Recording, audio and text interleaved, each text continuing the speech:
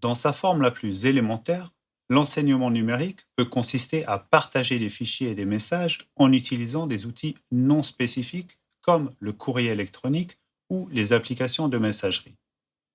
Lorsque le Covid a contraint de nombreuses universités à fermer leurs auditoires, beaucoup d'instructeurs dans des établissements qui n'avaient jusqu'alors que peu ou pas d'expérience en enseignement numérique ont eu recours à cette solution pour continuer à dispenser leurs cours.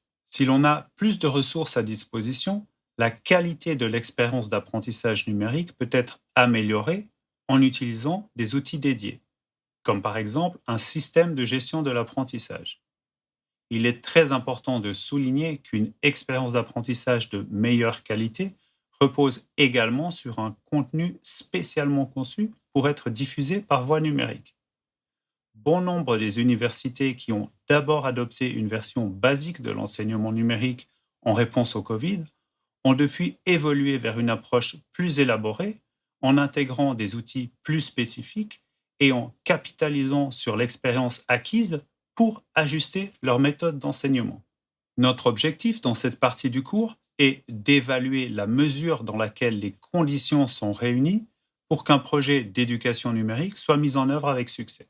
Dans notre évaluation, nous voulons considérer le projet non seulement comme une réponse à un événement particulier, mais comme un choix représenté par un effort sur le long terme de la part d'une université pour faire de l'éducation numérique un pilier de son approche pédagogique.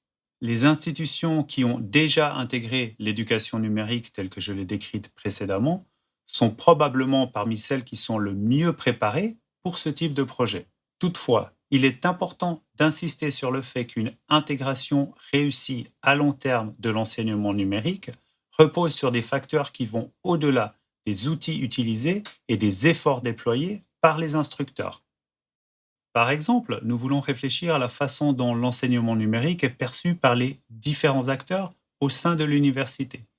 Quelles sont leurs habitudes, leurs préférences et leurs incitations? Comment cela peut avoir un impact sur l'adhésion non seulement des apprenants et des enseignants, mais également des autres parties prenantes dont dépend le succès du projet, comme par exemple les administrateurs ou l'équipe informatique. Nous pouvons également penser à la façon dont l'éducation numérique est perçue en dehors de l'université. Par exemple, sur le marché du travail, en observant la disposition des employeurs à embaucher des diplômés qui ont étudié par le biais du numérique. En outre, l'équipement auquel les apprenants et les enseignants ont accès, ainsi que l'infrastructure et la connectivité sur lesquelles ils s'appuient, peuvent jouer un rôle important. Une fois que nous avons évalué l'état de préparation sous différents angles, nous avons une vision plus claire de ce qui peut être fait pour améliorer les conditions dans lesquelles le projet sera mis en œuvre.